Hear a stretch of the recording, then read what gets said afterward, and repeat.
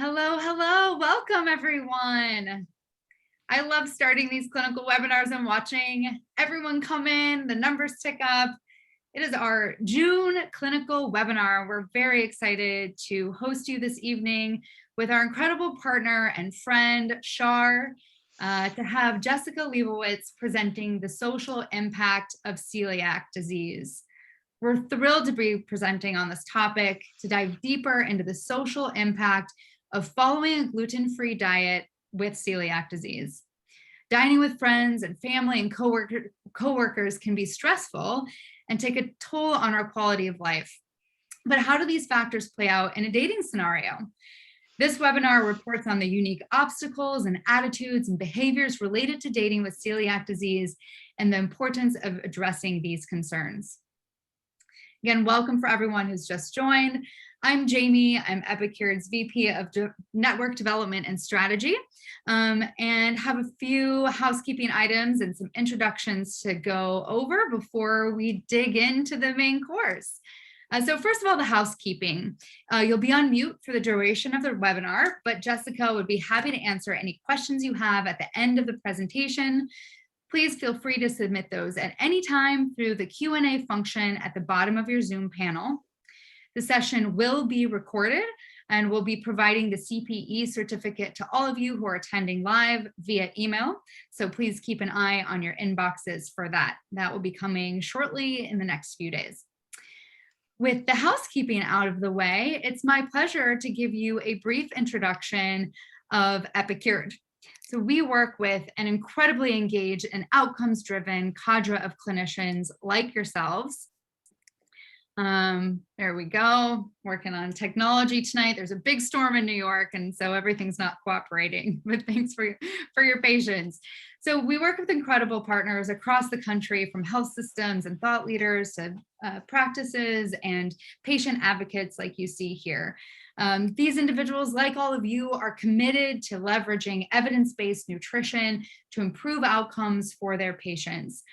And for us, we bring that evidence to life as beautiful and delicious meals, focused first of all on our GI health menu. So all of our food is low FODMAP and gluten-free, prepared by Michelin star chefs and delivered to patients' doorsteps across the country. Why do clinicians leverage this? Again, this might not be a surprise to any of you here with us this evening, but there's 15 years of evidence showing that low FODMAP, while complicated, is highly efficacious in helping people get symptom reduction with their IBS.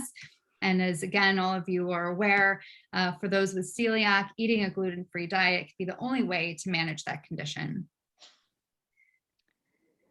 So most of you, again, slide. Jamie, I think you skipped ahead a little. Oh, here, let's go back here. Okay. I still only see the symptom reduction slide, I think because of my... Yeah, so let's see, I'm on your partners in health slide. Perfect. Resources and opportunities. Thank you so much, I appreciate it. So we like to support clinicians through various patient education materials, through a resource portal. That's where you'll get access to this recording should you want to watch this webinar again, as well as dozens of other CPE certified webinars available at your on demand, at your convenience. And with that, just a reminder to submit your questions at any time through the Q&A panel, and I will turn it over to our wonderful partner, Megan Donnelly, who you all just heard from Shar, to tell you a bit about what Shar is up to. All right. Hi, everyone. Thank you, Jamie, for your introduction. So I am the Registered Dietitian and Nutrition Services Manager at Shar. I'm just going to give you a brief overview about the brand a little bit for those of you who might not be familiar, and also, why we're partnering with Epicure on a lot of these webinars. So we make gluten-free food, and really quality is at the heart of what we do. So really focusing on everything from a safety, ingredients, and nutrition perspective. And here are some of the highlights. So we use a lot of nutritious gluten-free grains in our foods. We don't add any artificial preservatives, aromas, colors, anything like that.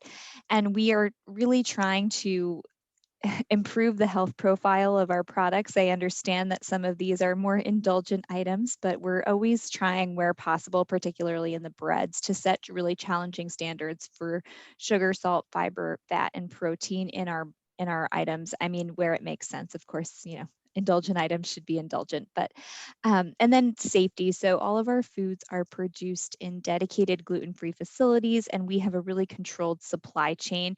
We're one of the I think we have a really strong QA program where we're kind of controlling everything from the farm to the production site. So those are just some of the highlights about our products. You can find out more on our website, but they are available at most major retailers and at shop.shar.com.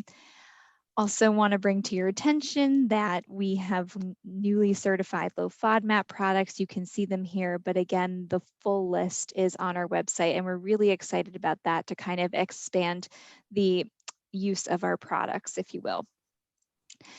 And then finally, the Dr. Shar Institute is our educational platform for clinicians, and really we strive to be a resource for you to support you while managing patients with these conditions. So our therapeutic areas include celiac disease, irritable bowel syndrome, wheat allergy, gluten intolerance, and chronic kidney disease.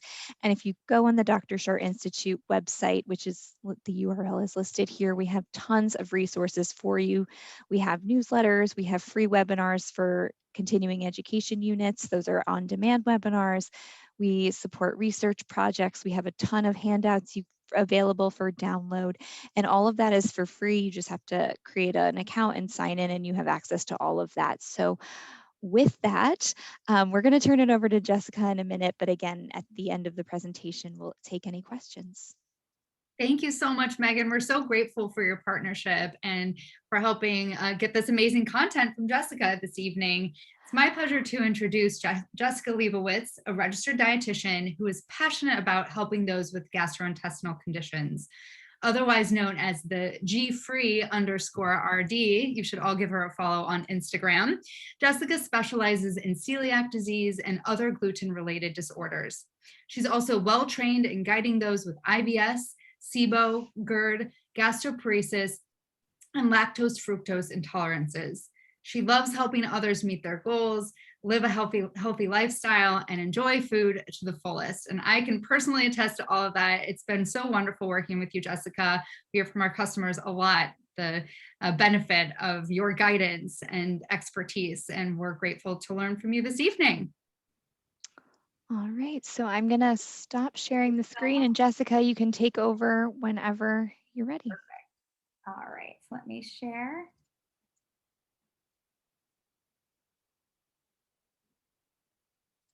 All right, everyone can see that? Yes, so great.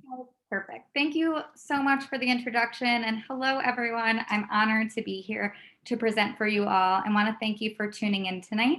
My name is Jessica Leibowitz, and as some of you may know, I'm one of the dietitians at Columbia University's Celiac Disease Center.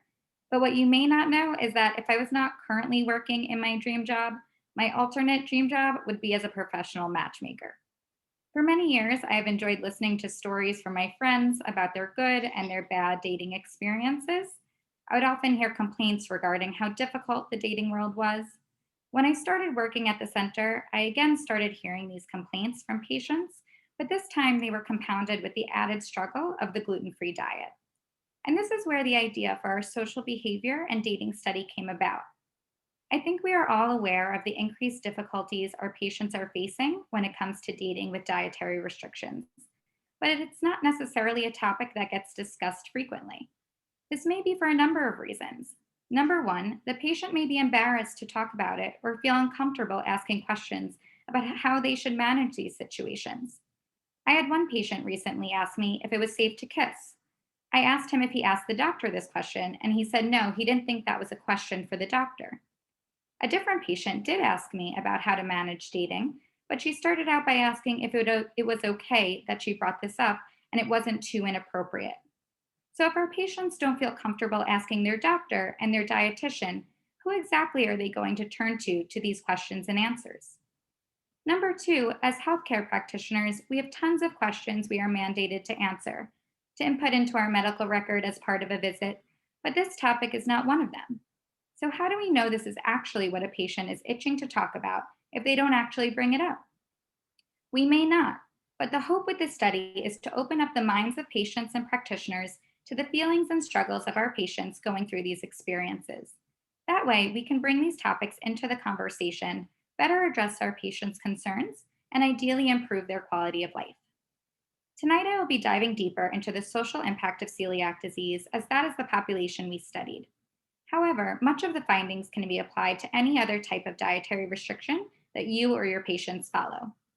I'll talk more specifically about how IBS and food allergy populations relate later in this presentation. To start, we all know that celiac disease is an autoimmune disease triggered by gluten ingestion in genetically predisposed individuals. Gluten is the general term for proteins found in various cereals, including wheat, barley, and rye. And exposure to gluten may trigger various intestinal, such as diarrhea, constipation, abdominal pain, bloating, and/or extraintestinal symptoms such as headaches, peripheral neuropathy, dermatitis herpetiformis, and gluten ataxia. At this time, the only treatment for celiac disease is lifelong adherence to a gluten-free diet. Once you start a gluten-free diet, the intestines begin to heal, and most people report resolution of their symptoms. Despite this improvement in symptoms, you still need to follow that strict gluten-free diet for life. So it's of course wonderful that there's a treatment for celiac disease and it doesn't involve a medication with additional side effects. However, there are other side effects of a gluten-free diet that may not involve nausea or vomiting, but rather a social impact. I'm sure many of you tonight are often counseling patients on strategies to make dining out easier and more manageable, discussing how to overcome the barriers they may face and ensure a successful meal out. The negative impact of the strict nature of the diet has been well documented, especially by my colleague and mentor, Dr. Ann Lee. She has presented numerous times, including for Epicure and Shar, demonstrating the unfortunate consequences of the gluten-free diet and the importance of balancing compliance with quality of life. In one of her studies, she showed that quality of life was in fact negatively impacted in individuals on a gluten-free diet. This impact was found to be most strongly associated with the social domain of quality of life, in particular dining out, social events, and travel. The negative impact of the diet significantly decreased over time, but it didn't fully resolve for dining out of the home and for travel. In another study by Cranny and colleagues surveying all members of the Canadian Celiac Association, among those with celiac disease, 81% reported that they avoided going to restaurants some or most of the time. 94% brought their own food when traveling, and 38% avoided travel altogether due to the difficulty of maintaining a gluten-free diet. In this study, women expressed more concern than men about the impact of a gluten-free diet on socializing and having to abstain from important things in life. In another study, the association between dietary adherence and quality of life was investigated by Randy Wolf, Ann Lee, and others at our center. They found that dietary adherence scores were associated with lower quality of life scores in adults. And participants reported feeling burdened by the restrictive nature of the diet.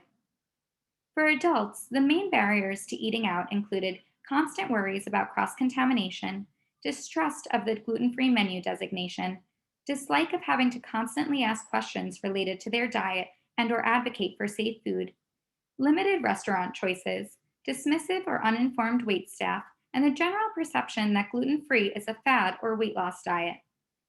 Participants use words like misunderstood, embarrassed, different, and stigmatized to describe the social impact of adhering to the gluten-free diet.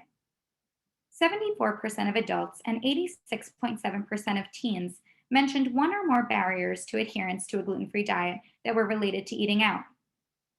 Lastly, in the qualitative study by Sverker in Sweden, participants following a gluten-free diet reported feeling isolated, constantly thinking about their food, and having concerns over the safety of their food.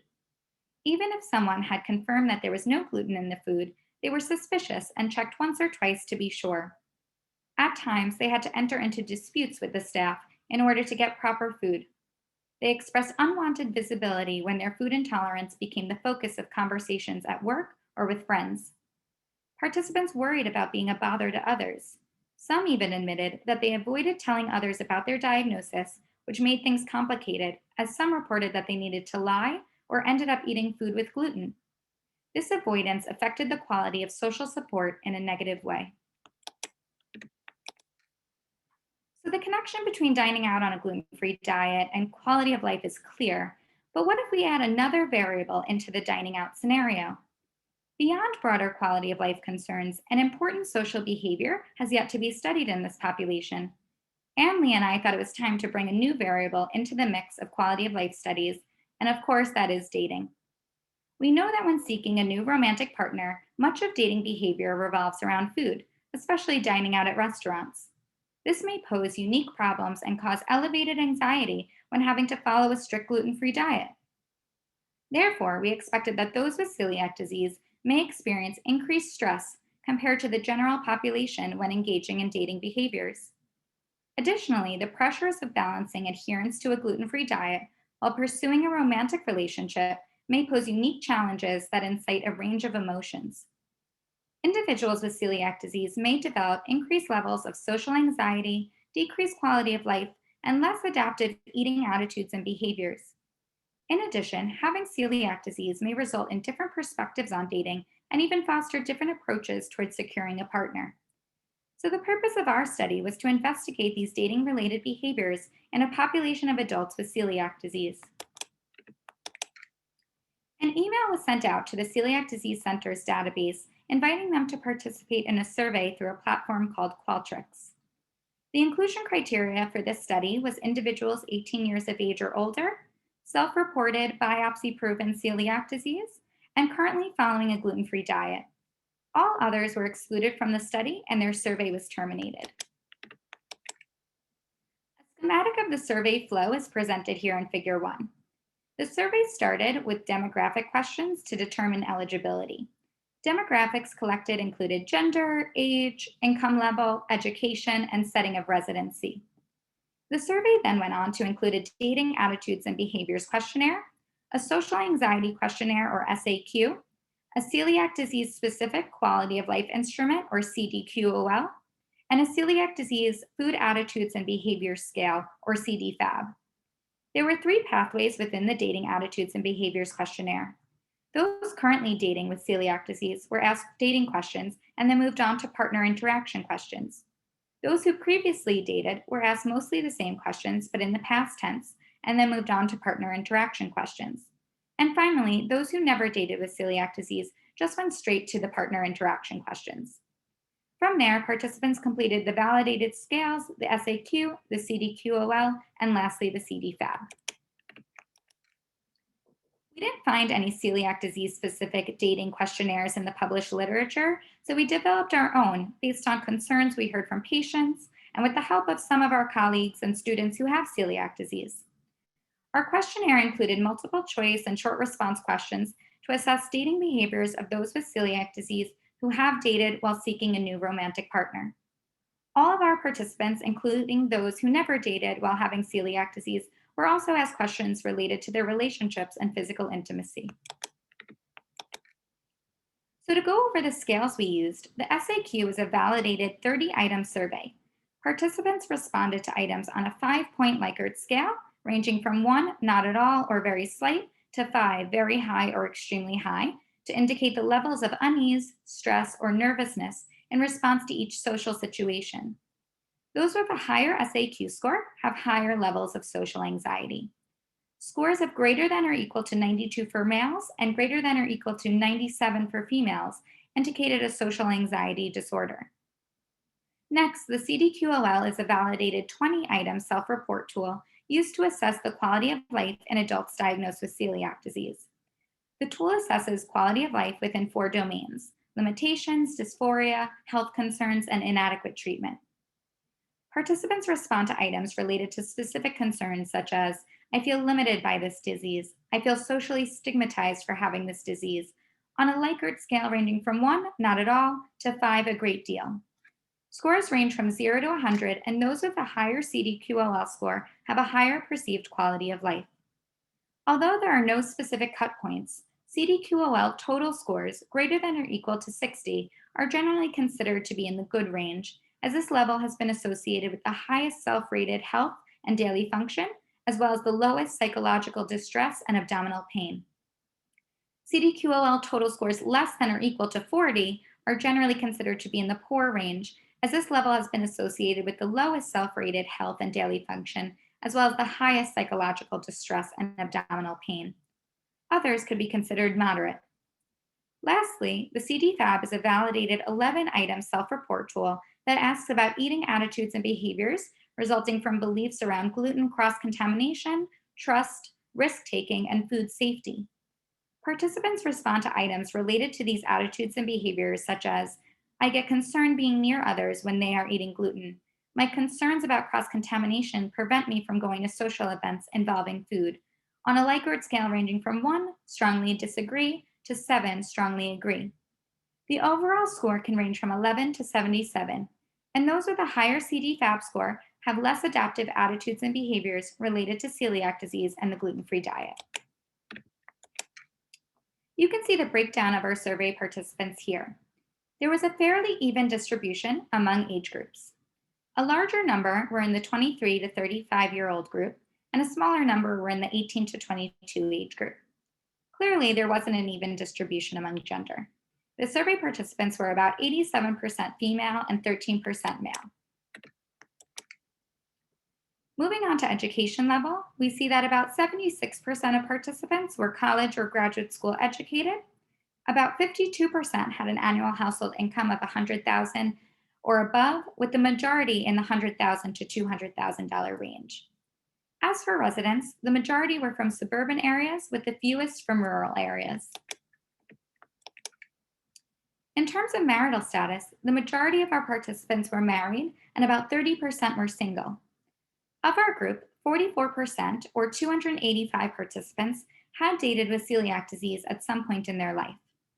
33%, or 94 of these participants, were currently dating with celiac disease, and 67%, or 191 of them, previously dated with celiac disease.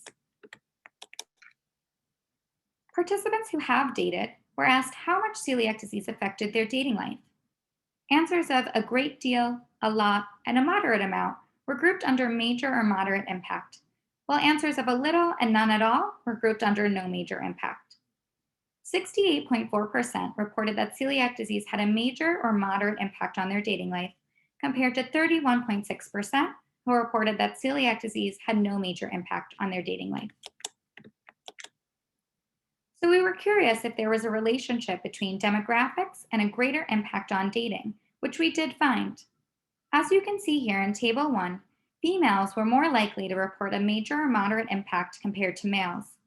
Participants aged 23 to 35 had the highest rates of reporting this greater impact, while those over 65 had the lowest rate of reporting a major or moderate impact, which is not all that surprising. A major or moderate impact on dating was also commonly reported among those with an annual household income less than $50,000. So those with a lower income did feel the effect of dating with celiac disease more so than those with a higher income. This was something I expected to see given the added expense and therefore difficulty of following a gluten-free diet.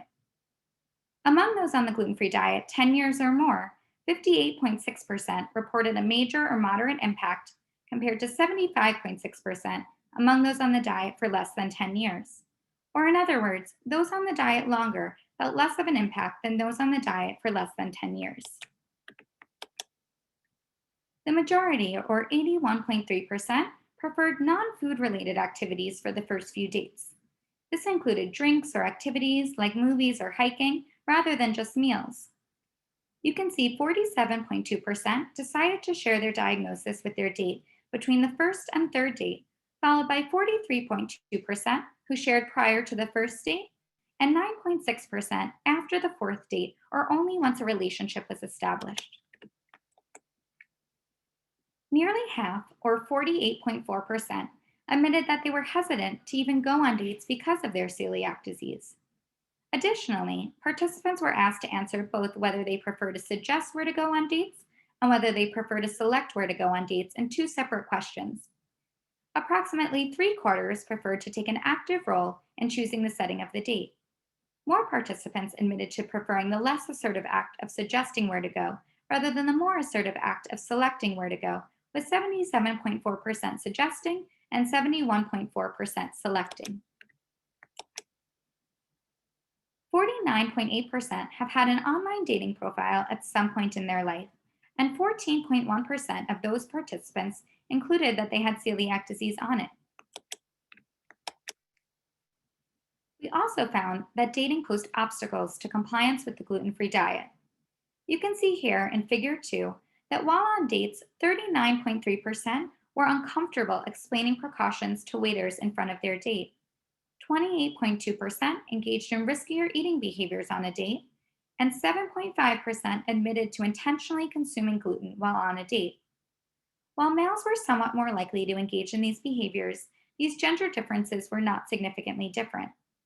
In addition, we found that 16.7% brought their own food on a date, and 7.6% owned a portable NEMA gluten sensor.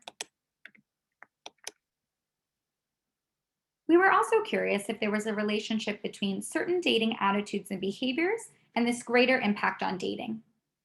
These characteristics are highlighted here in Table 2.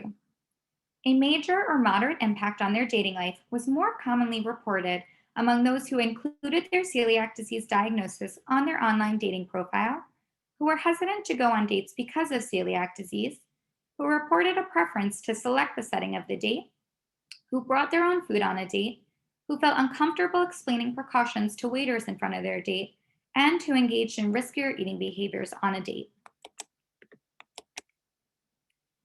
There are many reasons why people may not find the dating experience enjoyable. But given all we have talked about, it would not be surprising to hear that 18.8% of our participants reported that their dating experience was not enjoyable. We were then interested to see if any of those same attitudes and behaviors were related to this more negative perception of the dating experience. And we found that the rate of reporting unenjoyable dating experiences was higher among those who included their celiac disease diagnosis on their online dating profile, who were hesitant to go on dates because of their celiac disease, who preferred to suggest the setting of the date, who preferred to select the setting of the date, who brought their own food on a date, who are uncomfortable explaining precautions to waiters in front of their date, who engaged in riskier eating behaviors while on a date, and those who owned a NEMA sensor. The average SAQ score was 78.8, and 23% met criteria for a social anxiety disorder based on cut points. Overall, the mean CDQOL score was 57.8, which is considered a moderate quality of life. Participants who reported that celiac disease had a major or moderate impact on their dating life had lower or worse quality of life compared to those who reported no major impact, with scores of 50.5 versus 73.4. The difference in quality of life scores was even more pronounced when comparing the extremes. Participants who felt that celiac disease affected their dating life a great deal had a significantly lower quality of life than participants who felt that celiac disease affected their dating life none at all, with scores of 33.9 versus 83.3. Lastly, participants who reported that their dating experience was not enjoyable also had lower or worse quality of life, with scores of 38.2 versus 62.4, and also higher CD-FAB scores of 55.7 versus 38.1, indicating less adaptive eating attitudes and behaviors. We then went beyond the active dating experience to ask all of our participants questions about their relationships. Figure 3 breaks down the impact of celiac disease on partner interactions by gender. We found that 12.1% of all survey respondents felt that their partner needed to also follow a gluten-free diet. 39% were hesitant to kiss their partner because of celiac disease, females more so than males. And lastly, 22.7% reported that their celiac disease symptoms interfered with being physically intimate. Again, females more so than males. We then analyzed these groups of participants and found that participants who were hesitant to kiss their partner had higher SAQ scores or worse social anxiety, lower CDQOL scores or worse quality of life, and higher CD-FAB scores or less adaptive eating attitudes and behaviors. Participants who reported that their symptoms interfered with being physically intimate Also had higher SAQ scores or worse social anxiety, lower CDQOL scores or worse quality of life, and higher CD-FAB scores or less adaptive eating attitudes and behaviors compared to those who reported no interference. Participants were also asked short response questions, which were analyzed in a separate qualitative study of our data. This data was analyzed by Becky Davies, and her paper focuses on the emotional consequences to dating with celiac disease. There were 3 different questions asked. Participants who reported that they were not comfortable explaining precautions to waiters in front of their date were then asked the short response question of why. This was asked to those who were currently dating and those who previously dated with celiac disease. These participants were also asked what they felt was their biggest struggle while dating with celiac disease.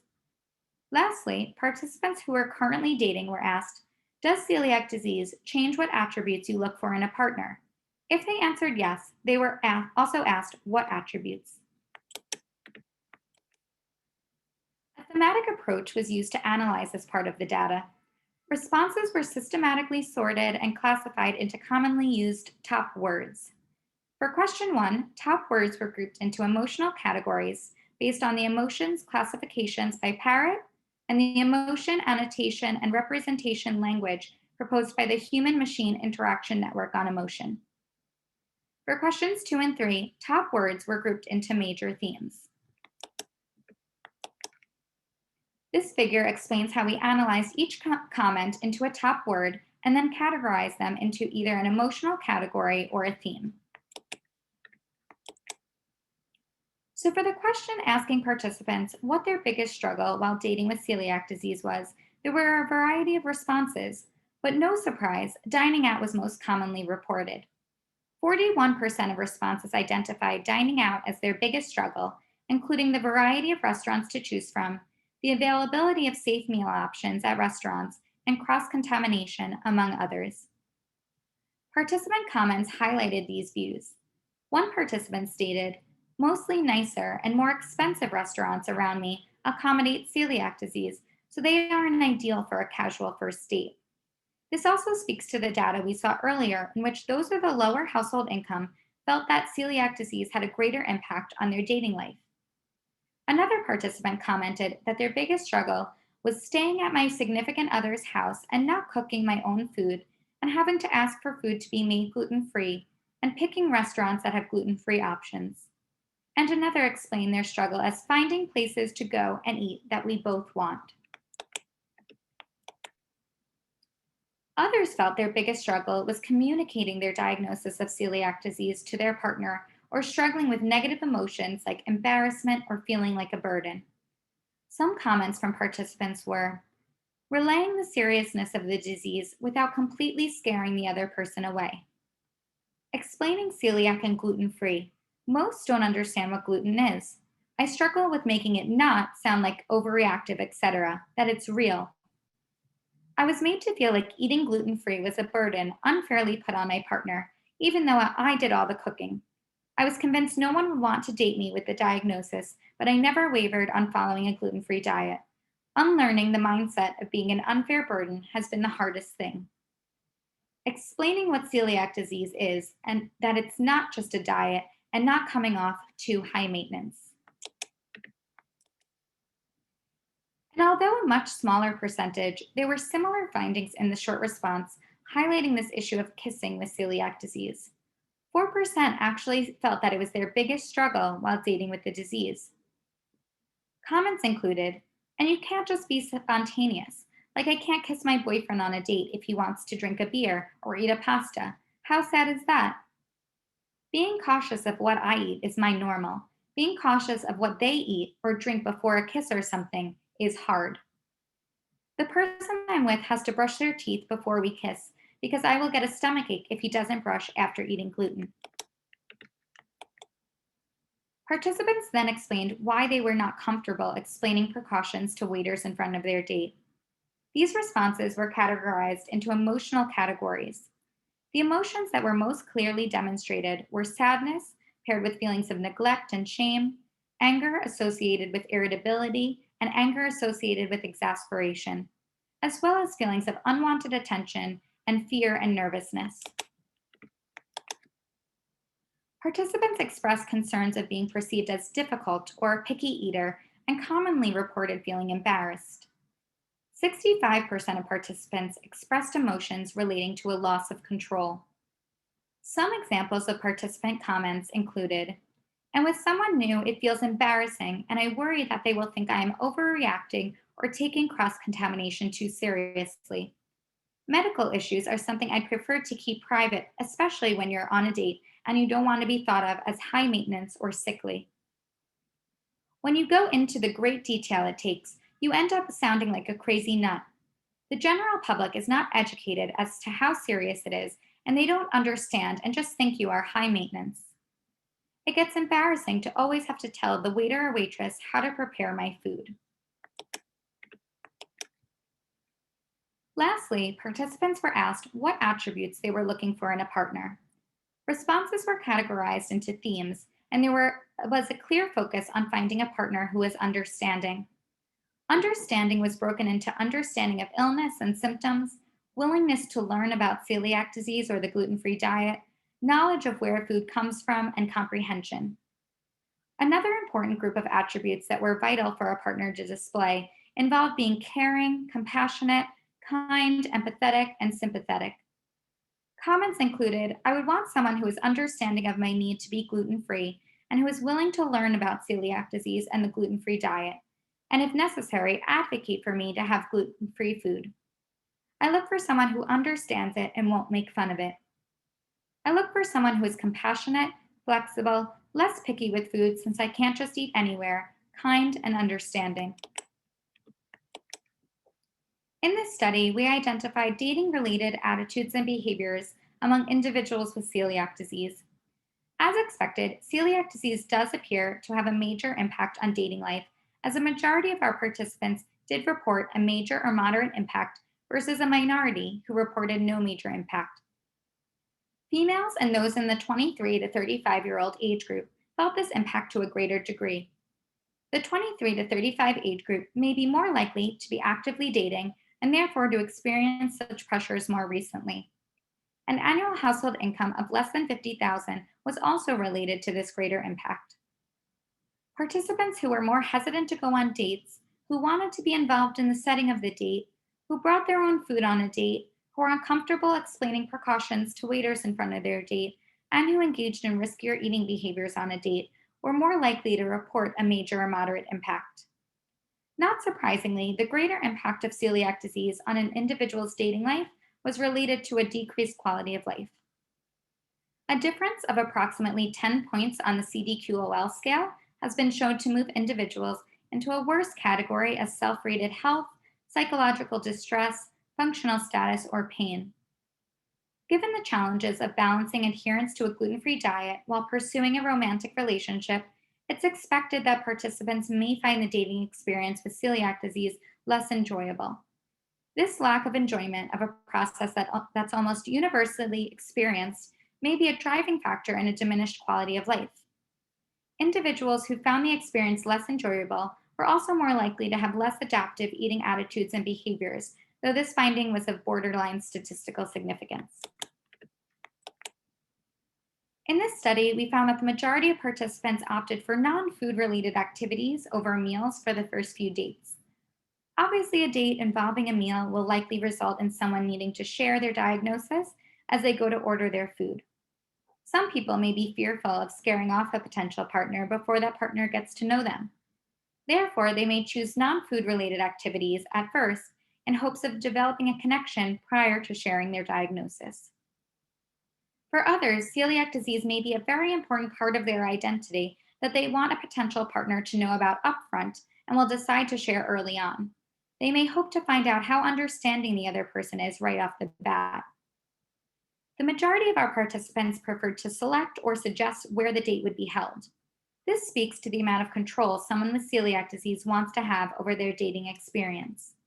Given the obstacles with the gluten-free diet, they may prefer to have an active role in the process to ensure they are more comfortable and pick a situation that fits within their lifestyle.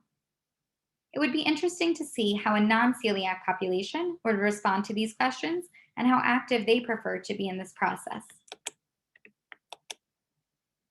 Although only 7.5% of our participants admitted to intentionally consuming gluten on a date, this is relevant for all of us. This really shows us that our patients may feel less comfortable at restaurants in front of their date, leading to riskier behaviors. These behaviors are important to consider for our patients with elevated serologies and/or ongoing intestinal damage. And these results really show us that our patients who are dating may benefit from counseling specific to the social pressures they're experiencing. These findings mirror the ones from Ann Lee's study mentioned earlier and are shown in the chart on the right. They found that males reported intentionally straying from the gluten-free diet 81% of the time at social activities, 82% at restaurants, and 58% with friends. Females strayed from the diet 88% of the time at social activities, 88% at restaurants, and 67% with friends. 73% explained this behavior by reporting that the diet was too restrictive. 69% reported that the diet was uncomfortable in social settings. 68% reported that it was difficult to follow. 45% reported it was tasteless, and 33% reported it was too expensive. All of this information highlights the importance of continuous follow-up with a registered dietitian for celiac disease management, and these conversations about quality of life issues take time and don't typically occur in a single visit. Furthermore, we saw that a subset of individuals felt that their partner needed to also follow a gluten-free diet.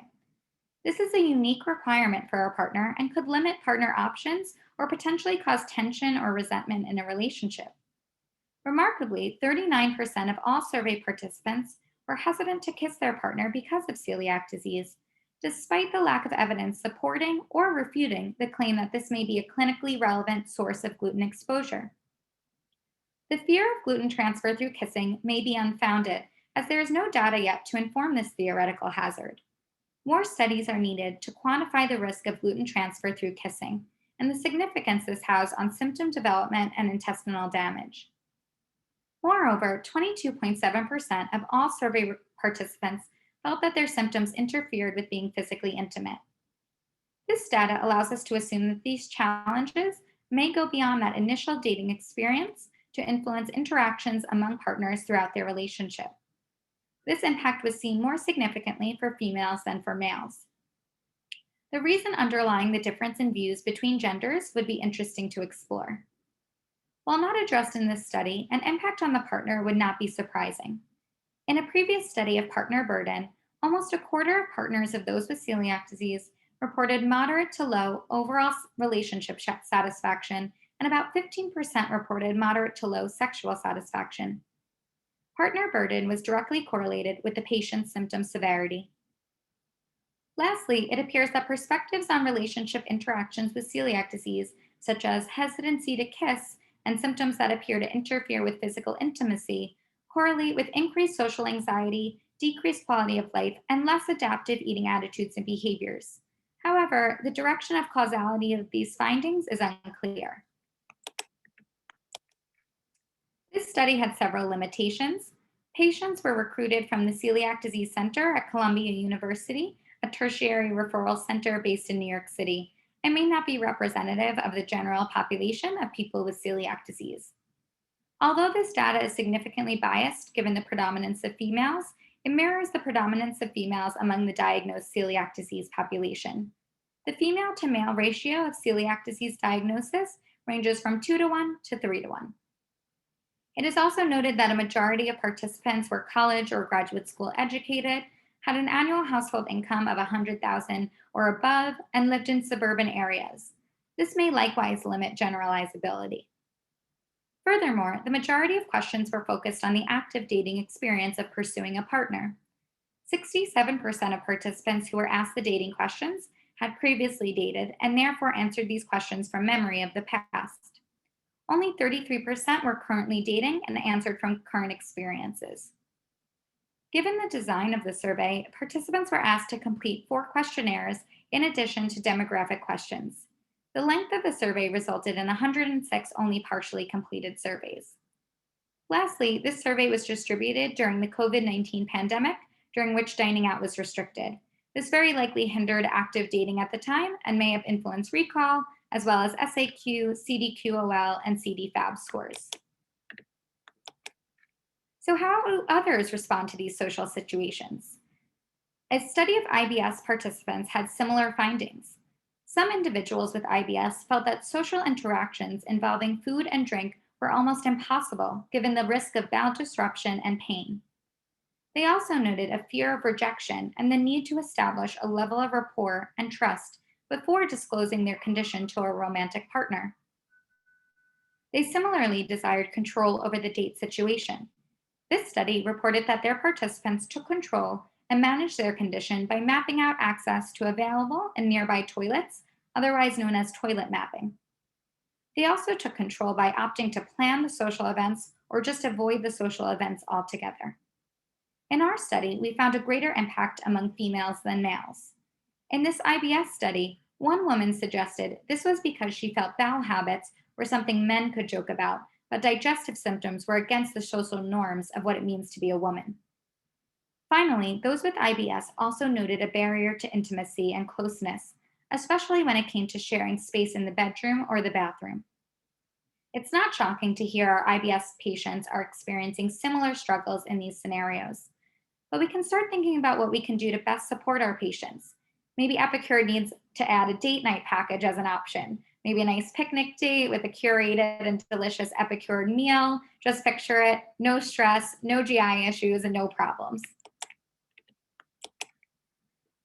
And for those with food allergies, it may be even more complicated. For some, a mistake could be fatal.